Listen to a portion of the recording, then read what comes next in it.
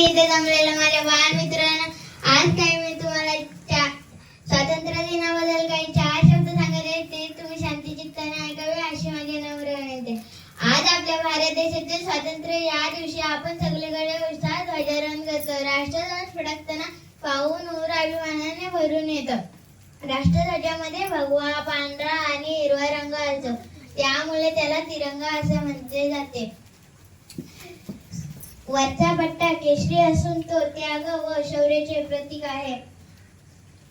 मधला पट्टा पांढऱ्या रंगाचा असून तो शांततेचे प्रतीक आहे.